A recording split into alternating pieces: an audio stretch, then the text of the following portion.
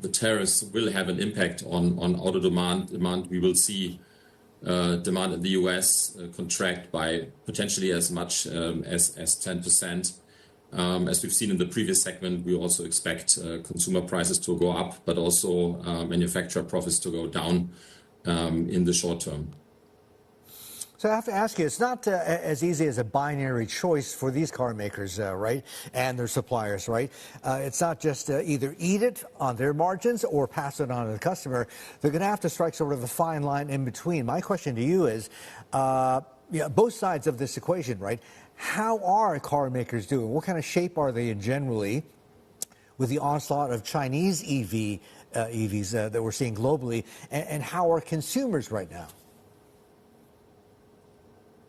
I think the global automotive industry is overall in a difficult position. We see the significant technological change from classical combustion engines to EVs, which require a lot of investment capital. We also see the shift from a more hardware-oriented business to software-driven businesses, which also requires a lot of capital investments. Then we have recessions in some of the world regions, which have lately negatively impacted car demand. So overall, the industry, I think, is not in the good position that it used to be in the post-COVID era, and therefore, taking all the hit on themselves is unlikely to happen. Fabian, would it be fair to say that with the very real risks of tariffs, right, hurting their margins at a time when they're not in that great shape, this is just going to handicap them even further in terms of investing in R&D, in further capacity, et cetera, which at least long term will help them keep them alive and help them to survive, because in the auto industry, it's all about product and new product.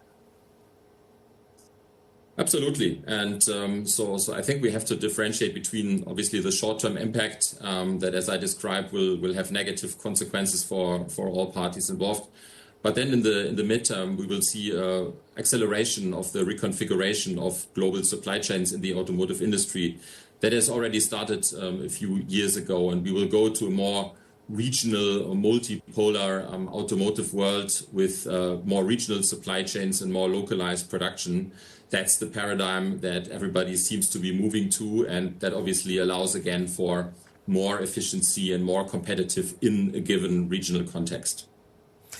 I have to ask you, how do you read the Chinese EV giants, names like BYD, et cetera? Obviously, they're dominant at home in China. They've stolen a march on many, many legacy brands in Europe already, and obviously they're trying to push into the South, global South as well, Latin America and Central Europe, et cetera. Are they likely the only, I mean, if there can be winners in a reciprocal trade war, right, are they the only likely winners out of all this? Obviously, the rise of the Chinese car manufacturers is impressive, not just in terms of technological competitiveness, but also costs, and therefore we see a significant shift of vehicle production from the West to the East, and this is a trend that will continue to run in the next few years. Obviously, when it comes to trade restrictions, the Chinese will behave just as every other global manufacturer. They will try to further regionalize and localize their supply chains and their production, and we already see that now, that they are trying to look into production facilities in Europe or in the Middle East, for example, to basically mitigate the negative effects of potential additional trade restrictions.